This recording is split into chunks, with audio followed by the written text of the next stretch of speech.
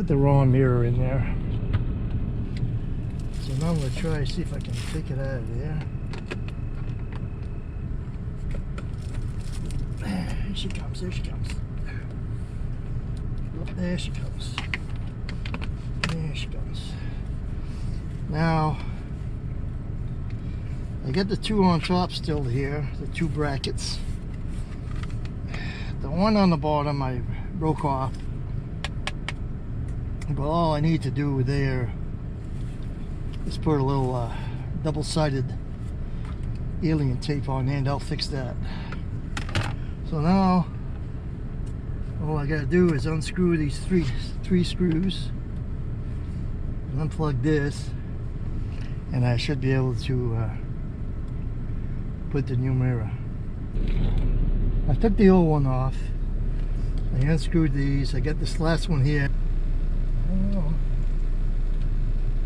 Just if it good knows.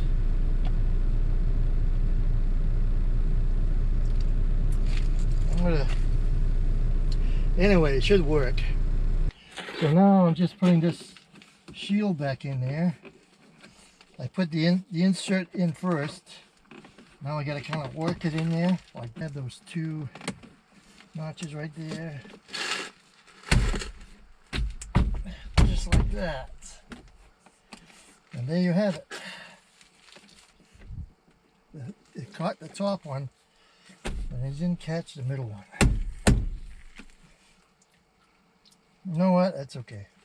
Now that I put the right mirror in there, it doesn't conflict with the other mirror. I'm no longer getting that fault because I put a different mirror on there.